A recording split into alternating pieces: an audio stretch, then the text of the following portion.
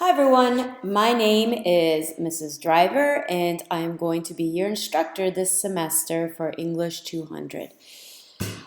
Basically, this video is just going to give you some information about the course, some general information, and some of my expectations will be clarified. Also, I want to apologize if you hear a dog barking in the background. I just adopted a dog last week and she is very skittish. So if you hear barking, I apologize. In any case, welcome. I'm glad you're in the course. And if we take a look at the front screen of the course, you can tell what the purpose of the course is. Now, a few of you have mentioned in the forums that you're not a particular fan of English and you're not quite sure why you're forced to take this course. Well, basically, it isn't because of some sort of random reason. It's because this course focuses on writing and reading. And it's not just about reading literature. This course will help you read critically for your future courses in your major.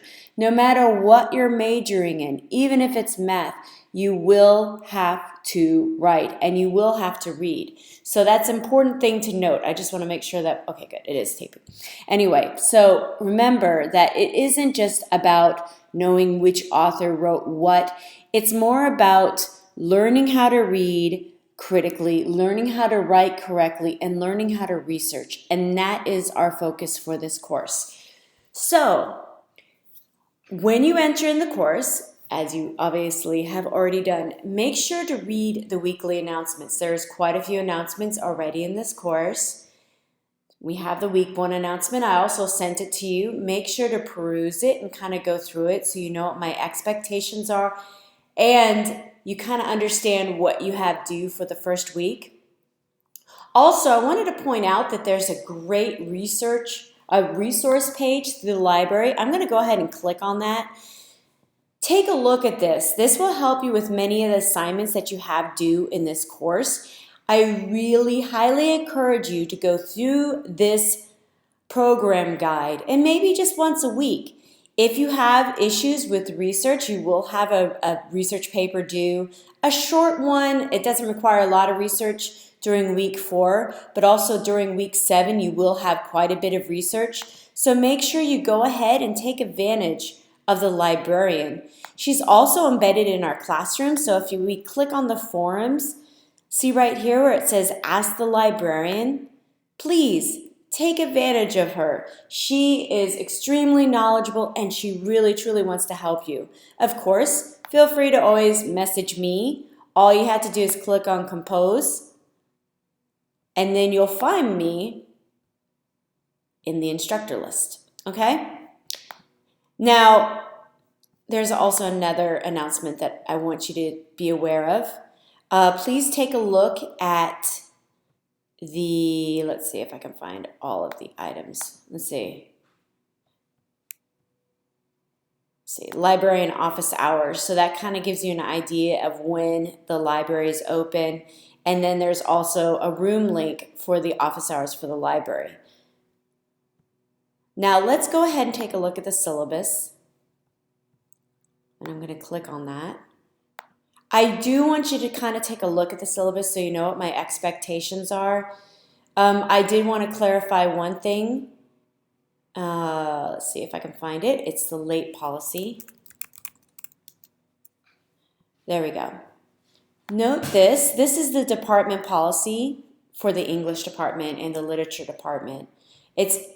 I encourage you to kind of go through it and get a feel for what the expectations are for this course and for all the English courses. Also, it's helpful to know what the expectations are for this class. So if you look through the chart, that will be helpful as well. All right, so I'm going to exit out of there. I do want you to go through your syllabus. Then I also want you to obviously go through the weekly lesson. It's critical that you go through each of the lessons every week. That is where your reading materials will be located. So let's kind of get through this. This is the course information. I want you to read through that. Here are some very helpful sites.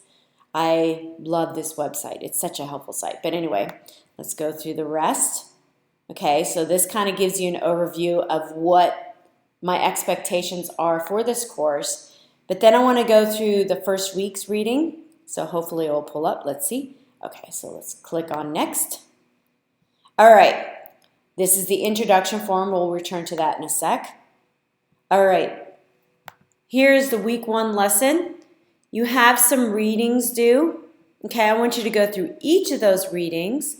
The literary criticism might seem a little confusing at first, but we will be using criticism during week 4. And so it kind of will help you get a feel for what the expectations are in week 4, but I'll help you through that. So don't worry too much about that. Now I'm going to click on next. Let's launch the lesson. Again, I really, really, really want you to go through each of the weekly lessons. Okay, so while that's loading, I'm going to go ahead and click on next. Right here, you're going to see a number of short stories.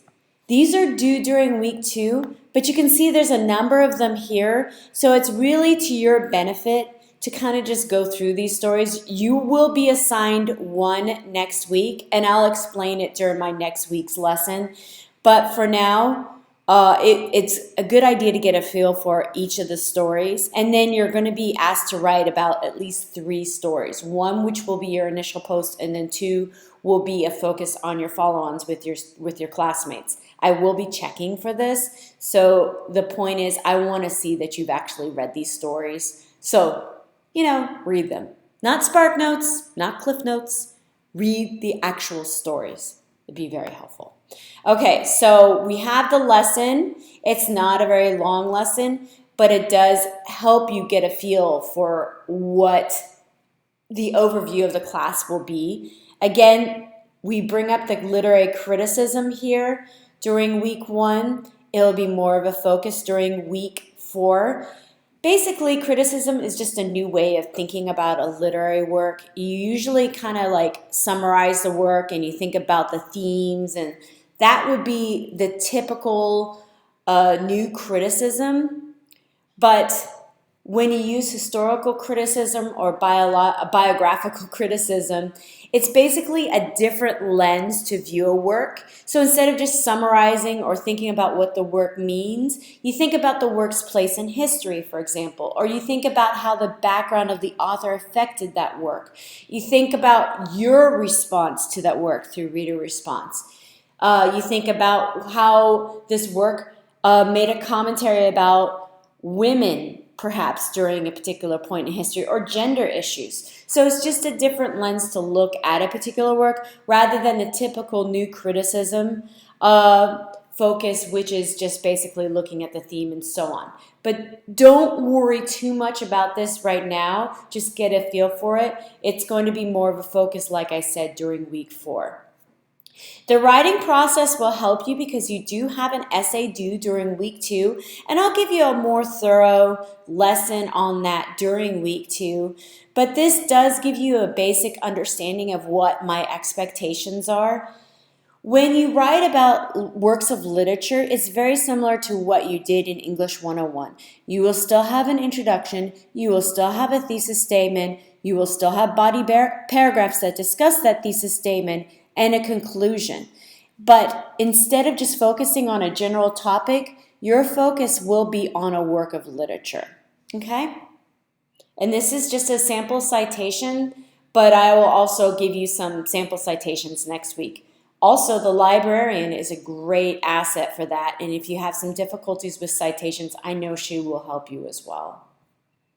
All right, so after you go through your lesson, you're going to answer the forum. So go into the forum, and I want to give you an idea of what the expectations are. First, I want you to read what you need to focus on for the forum, but also I want you to know this, that I know a lot of you might be getting in late this first week. So I am fine if you enter in your final discussion on Sunday during week 1.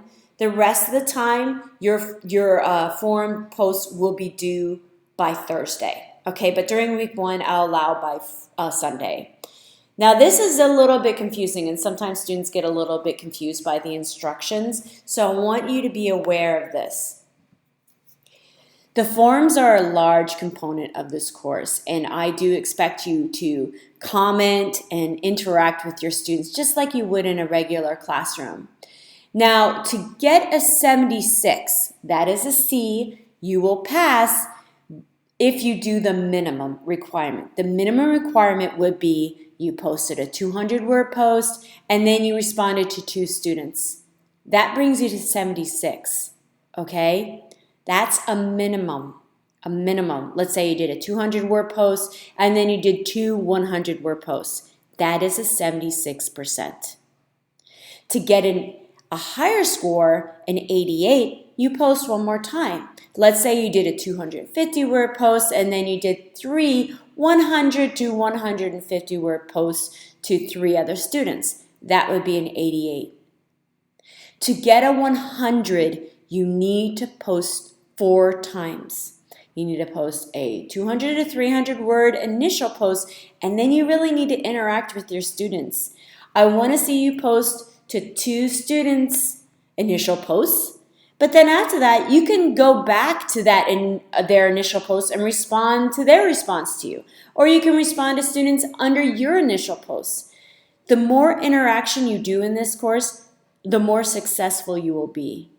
Okay? So if you have any questions about it, please view the forum rubric. It's pretty detailed, but you can also ask me. Now, during week 1, I also give you a little bit of leeway if you get confused and let's say you don't post enough and you get a 76. I will notate that in your assignment, in the my comments back to you about that form, and I'll give you the opportunity during week 2 to correct that, but that will be the only time I will give you that correction. After week 1, I really do expect you to understand how the class moves and to complete the forums accurately. And I also want you to prove to me that you've read the readings and you've read your classmates' discussions as well. There is nothing more annoying than a student. Well, I mean, there are more annoying things. I guess that's a little bit of a hyperbole.